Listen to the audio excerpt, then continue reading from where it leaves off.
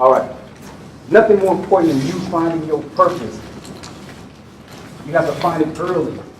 You don't want to be like most men that get to like 30 in their 40s and they're still itching with trying to figure out what in the world am I here for. It is a terrible feeling to wake up as a man, but more importantly, since we're all in here, it's a terrible thing to wake up as a black man and not know what you're supposed to be doing. Because as a black man, you don't have a lot of room for error. You do not have a lot of room to try to figure out what it is I'm going to do. It's just the society we live in.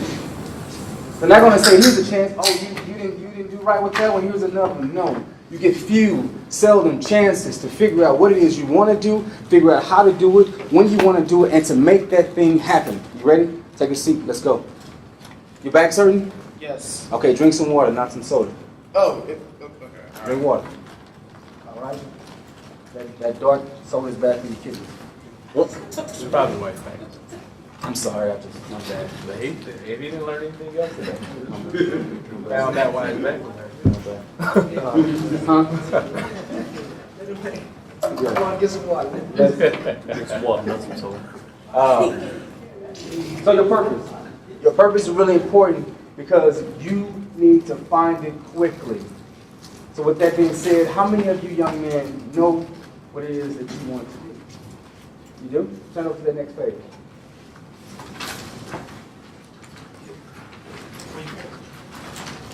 The next page is you need one.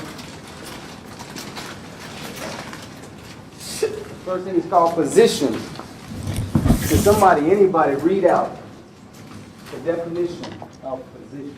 Who wants to take it? Who take it, brother? Speak up a little bit. A place where someone or something is located or has been put. The distress call had given the ship's position. Location, place, a situation, a spot, a site, locality, a setting, an area, whereabouts, bearing. Who wants to read the next two? Talking about position. Go ahead. The location where someone or something should be, the correct place. A place where part of a military force is posted for strategic purposes. Strategic purpose, the correct place. Now, gentlemen, throughout this book, you're going to find that for every term that we have, I actually put the definition.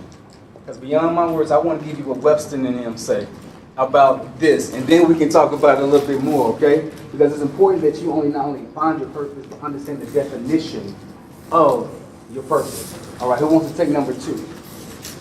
Davion, go for it, please. A particular way in which someone or something is placed or people themselves into a commanding position. How do you position yourself? What position are you in? As men, no matter what age you are, who's the youngest in here? What's the youngest age I have? Davion, how old are you? 12. Is 12 the youngest I have? Okay. And the oldest, who's the oldest? Probably 17. 17. 17. 17, and how about you? 48. 48. So we're looking at 12 to 48. So that's 4 times him. You were 4 times, or you were 4 times him. Tell him how quickly. Tell him, Rodney, how quick it is to get from 12 to 48. Good again? 0 to 100 real quick. Now, do you believe that? You probably don't. But do you believe, just like that, you can get to his age? Overnight. What'd you say, D? I said overnight. It seems, because before you know it, you might say you're 20, and you're 30. God, dog, I'm 42 years old. Yeah, it quickly. So from the older gentleman in the room, how important is it to find where your position is? Because if you don't, you're going to end up like me. Chasing jobs instead of pursuing a career. You're going to find yourself paying for things all year long when time is going to be passing you by. And you're not even going to realize it, man, the year went by fast. Or you look up 5 years and went by that quick. Man, that's the truth. Let's talk to it on your level. Position. Who said they were 17? Who said they were 17? Just to blink of an eye ago, you were 13. What have you learned between those 4 years? What has changed? Held responsible for a lot of stuff. Like you're gonna be responsible. Like things are gonna happen. Like you gonna have to step up. Who else? If you don't, Because if you don't what? things gonna have a horrible life. 17 ain't 13, is it? No, no. 48 ain't 12, is it? Who else? Who else? I wish too, man. I wish I can go back. I ain't gonna lie. Power Rangers and Legos all day, right? I'm actually 17 also. Okay. What are your experiences being 17 versus being, let's say, 10? The thing is that it's all part of growing up, you know? You gotta know when to play and when not to. Like things, like now, That was a man statement right there. That was a man statement right there. Go ahead.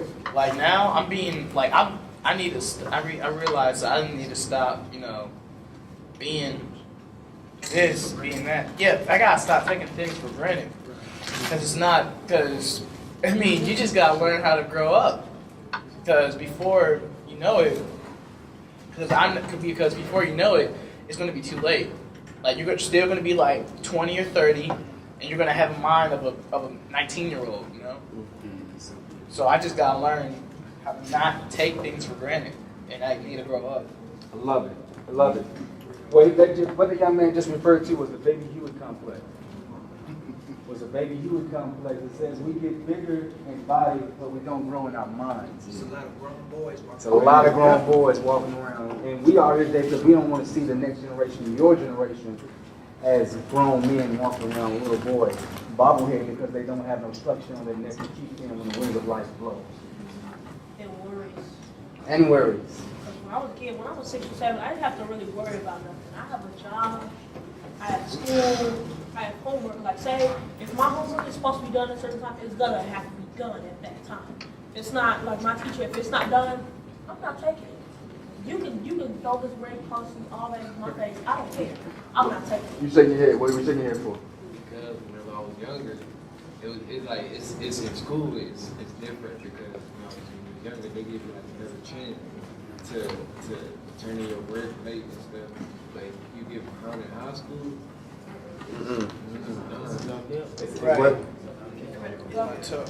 Okay. So, I'm a freshman. I don't even know. Keep talk to me. What's your experience? Because it's about you. So tell me what's your experience. Talk to each other. Hardest year ever. All right, you go first, Greg. What were you saying? My problem is this, like, I understand where y'all come from with the whole high school thing. Yeah, I'm trying to keep up to that. I'm trying to keep up to a freshman because I'm supposed to be in 8th grade right now. And I'm skipping. I'm 7th grade, but I'm skipping tonight. Okay. I'm skipping. And the moral of this is, if I have to step up my game against many others who are trying to get where I'm trying to right now, and I can be put down. Because if I don't step up now, I could be put down and I could be still 8. I could be a little girl and still be behind. I'm gonna give you one key of advice in high school. Talk to him. I wasn't even told this. Freshman, junior year, I didn't believe junior year was gonna be a hard year. I have to take 3 remedial, I'm 3 credits under what I need to graduate. I have to take like 3 other classes on a computer. So think of being on a computer all day. So I'm good. So I have to skip up. Freshman year, I'm gonna tell you this one thing. Stay on your grades, that's the whole year. And stay out of drama. Because that will mess you up quick. I've already had a baptism for freshman year. Oh, God, I hate that year.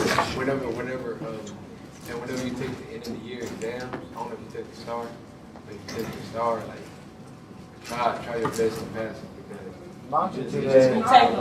you just Mine's in 2 days. So. And don't ever throw away any notes, any papers, don't throw away anything. I have a pile of papers. Don't throw away anything because you never know how it's going to come back. A freshman year, they asked me, oh, well, what do you know about the Algebra 1? Bam, got it. Here you go. And I was able to get past that class. And that's coming from your peers, not even me. So you take that, all right? And by the way, your worst year is not freshman. Your worst year is senior. No, it's junior. I promise you it's junior. You got to prepare for everything. I'm a Senior junior. year is kind of cheap. He's a 7. Because I'm a You junior. feel I'm senior, you feel it's a junior. Senior, everything ends at that point. Well, here's the point I think you're trying. This is where you get transmitted to a college, to a real adult, and see how you can live on your own to the point where you're no longer a child. Well, let's talk about that for a second. Go ahead. I was gonna say personally, I feel like it's more of being a freshman because you're in a new environment. I understand how how movies hype up like, oh wow, it's high school, everything's gonna be different and stuff. That's the same way we felt when we were in middle school, when we were in elementary school. But now, even back when we were in 8th grade, before we even got to like 9th grade, the teachers was all telling us, you better keep your game up because 9th grade is no joke. You mess up your 9th grade year, it's over.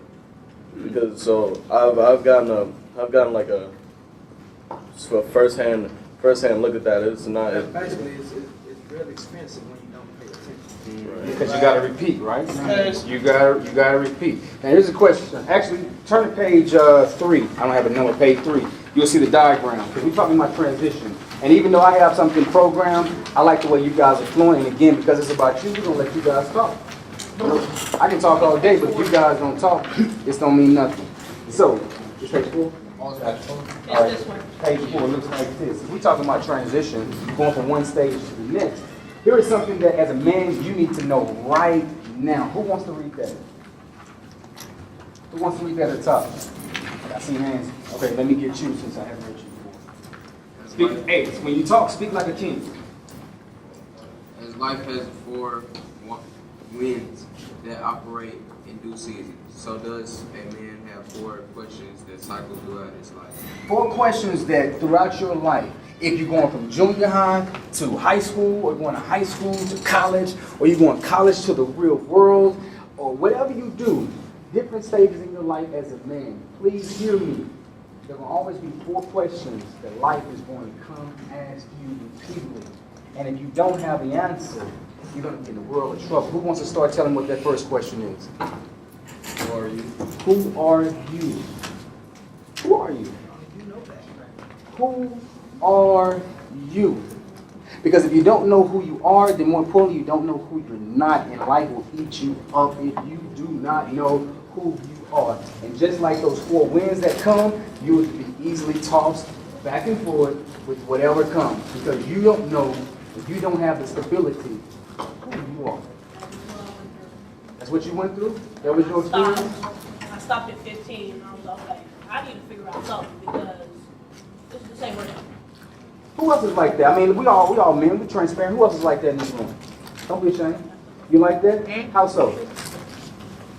I don't know who I am because I still don't get how life is because I don't care what most of them say or about me in class. And I really don't care about how the teachers act. If they get angry at somebody or they don't like someone else, I care about it.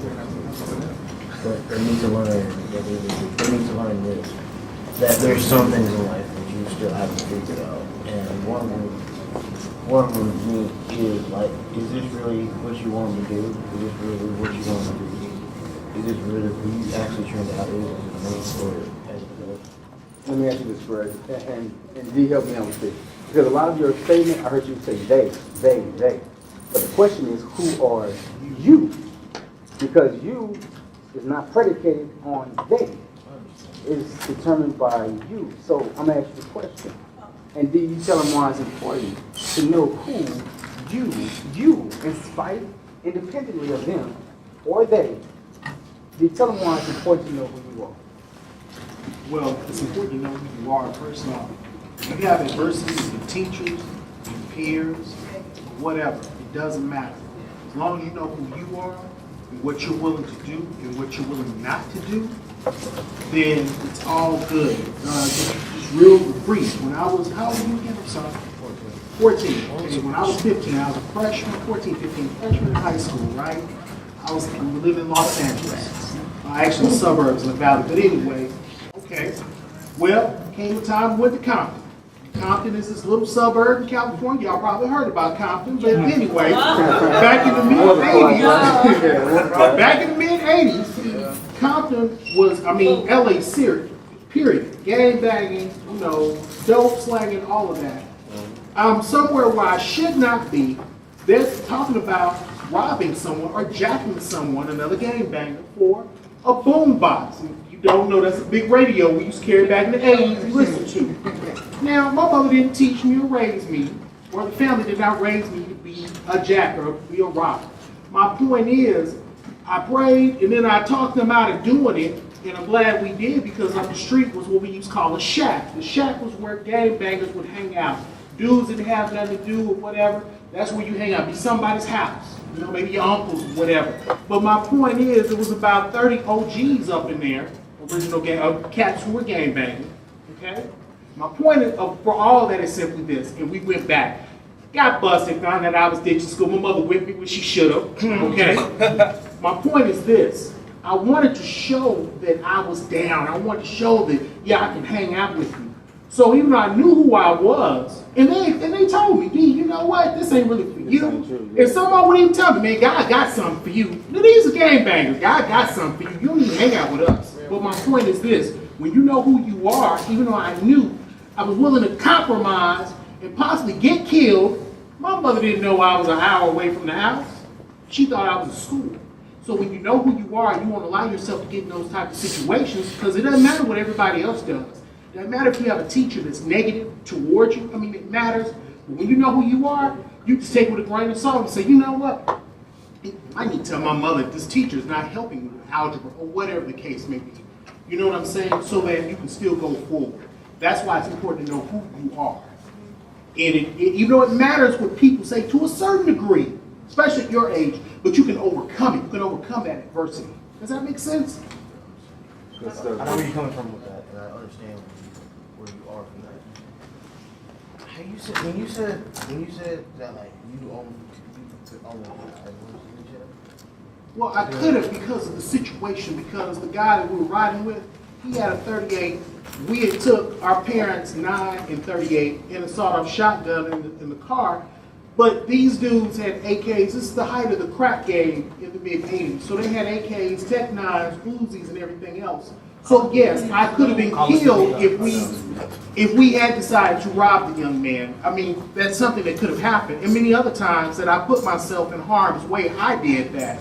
Trying to, you know, like I said, making the wrong decisions.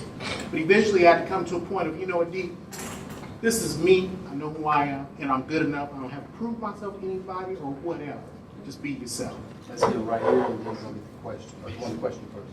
Go ahead. Go ahead, what's the question? Okay, I have two. Well, first of all, what's a Tech 9? Like that's my first question. This is a submachine pistol. I'm sorry, it's a submachine all right. pistol. Second question. Oh shoot. Come back to me. Come back to me. Let me let y'all in on something. I am a prime example of this statement that he's making. When he came to you, he asked you a question, and you responded, right? But in my eyes, I saw something different. You came off as him, as a teacher. Did you see it? Personality, more or less. Because first of all, let me say this. I see a lot of bright futures in here. You know, as long as y'all staying focused. Because y'all don't want to end up like me. But I did. It's never too late. But the older you get, the more discipline you're going to have to need to get where you need to go. Now, listen what I said, go. You know, going and coming is two different things. I'm tired of coming back. I got tired of coming back. So, to reiterate on what he was saying, to try to simplify it, it's very important that you understand pretending is your worst enemy. Inner truth is the key, right? So you're going to need that in order to be able to understand things, to pay attention, because you don't have any insecurities. You know, you're not ashamed. You're unique. You can stand out, and you don't have to worry about what no one else thinks. And what you're going to find happening is you're going to get smarter. You're going to find yourself using better terms, and your conscience is free. You're not imprisoned. And it's very important that y'all stay focused because the real riches are from in here. The lifelong journey of learning. It's not about the money. Money is going to be necessary, but this is what it's all about. Just learning. Please read. I'm encouraging everybody to not end up like me and read. Read. You got your second question? Yeah, because of his comment, what I have to say, I learned something. What's that? Like back when I was sophomore or junior, sophomore or freshman, and you are who you are. You are not your situation. You're not your situation. Mistakes don't make good. Yeah. It's very good. Like, Did everybody hear that? Did everybody hear that? Yeah. Say it again. Say it like a king. you are not your situation, and you don't have to be. You know, you don't have to act like someone you're not. I mean, what was that song that by Alicia Keys? What was it called? Look at me. I don't listen to R&B. No, I'm sorry.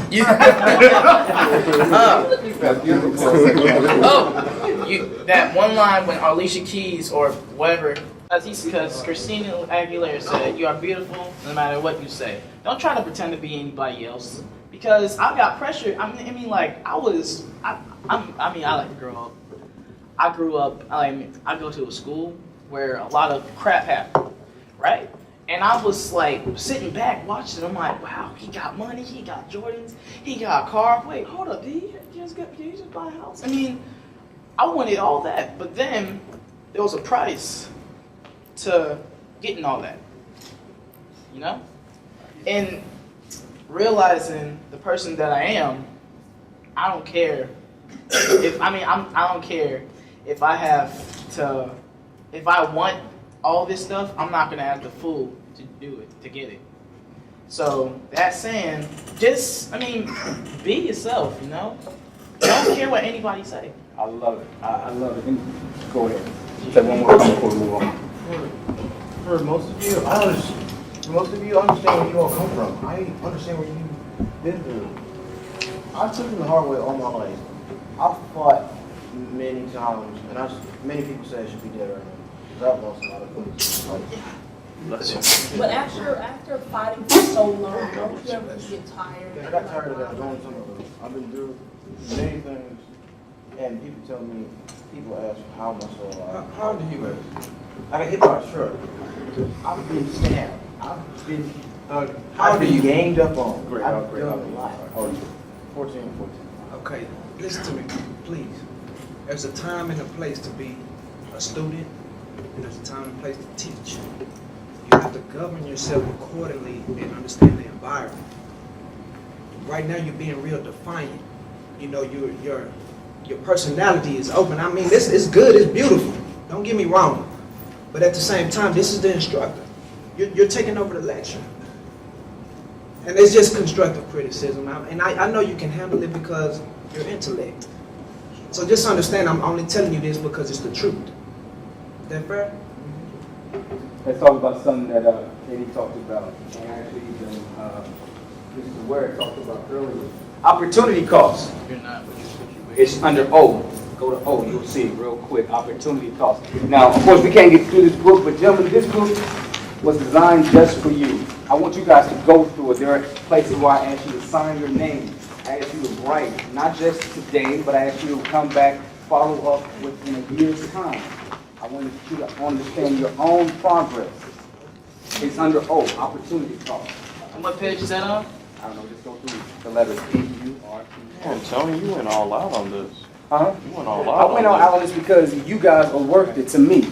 You guys are worth it to Mr. Trevin and to every man who is in here. You guys, do you hear me, gentlemen? You guys are worth it.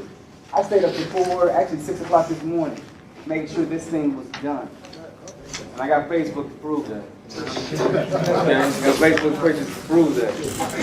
And I'm only on 1 hour of sleep right now. But why am I here? Why is this man here, that man? Why this brother right here is so concerned and willing to stand up and talk to you? And why did Trevor put this whole thing together and Doc down and stand up there and talk to you guys? It's because We care about you as young black men. We live in a society right now that doesn't mind killing you and walking away. So it's time now for you guys fighting and killing each other because you can't afford it no more. We can't afford it anymore. We got to get to a point where mentally, emotionally, spiritually, that we're more developed. And as black men, I want to debunk the myth right now. Your only job in life is not to be a great lover. You're supposed to be a great man. That's good. You're supposed to be a great man. Because you're going to get it in high school with those who are not. And right now, you'll see in the book, I said there are 3 T's that every man must manage to be successful. 3 T's that every man must manage to be successful. He must manage time. He must manage his talent. He must manage testosterone. He must manage it. If you don't know what it is, you'll find it. That thing is. You know what it is. He tripping. You know what it is. You know what it is. If you're saying what it is, I'll tell you something. So my big sister's in here right now. You're going to discover it. Yeah, I'm talking about that. You're going to discover it. Yeah, you're going to discover it. Playing it wrong. So you guys have to manage that thing within you if you want to be successful. It's very important as black men, young black men, that you guys understand and that you know that we are here for you, that we love you. I wouldn't be here, none of us would be here, if we didn't see something inside you. That man wouldn't be able to look deep inside you when you were talking about something totally different. See, that man's a teacher. And as fine as you appear to be, it's something inside him that's going to defy a society if you choose to go the right way. That's what it's all about, position, about having your uniqueness, about having a range. What is your range? What is your gifting? What are the things that you were born and created to do? What is your placement? How do you place yourself? When you wake up in the morning, do you fix yourself like a king? Or do you fix yourself like a slave? Because you can only be one or two things. Or king or a slave. You cannot be both. You cannot be both. So who are you? Who are you? And where are you right now? Have you never think about in your life, who am I? What is my name? What am I going to do? And when life doesn't work, because gentlemen, as a man and as a human being, sometimes life just don't work. Sometimes you can do it by the book, and I have been there. You can do it by the book, and it still doesn't work, and it crushes you. Then life is going to stand up, and that cycle is going to come back and whisper, what are you going to do now? What you going to do? And you got to decide. Yeah. You got to decide, do I fold up? Do I let go? Because as a man, every man in here, when you were born, you were given a crown to wear. And unless you know this, and unless somebody tells you, you will forfeit what was given to you as a birthright and make it your death decree. And only you can find it. You can find it. People can tell you about it, but only you can find it. Look, it was a point in time where I'd be scared to tell you what I just told you, man, because I cared about you. What I thought I cared about you, your feelings. But what about my feelings? See what I'm saying? Where I'm hurting is where I'm seeing you lacking. So I'm looking at you and I'm man, should I tell him? I didn't like it. So the truth hurts, man, but a lie will kill you. Trust me. Gentlemen, my time is up, but there's so much more I can talk to you about. Maybe we have to do this again. Trey want to do this again, right? Yes, sir. So thank you for your open dialogue. Again, it was more about you than it was about me, and I thank every brother, including the men who were here who participated in the conversation. Keep it going. Keep these books right in, and I'll see y'all next time. Yeah, boy.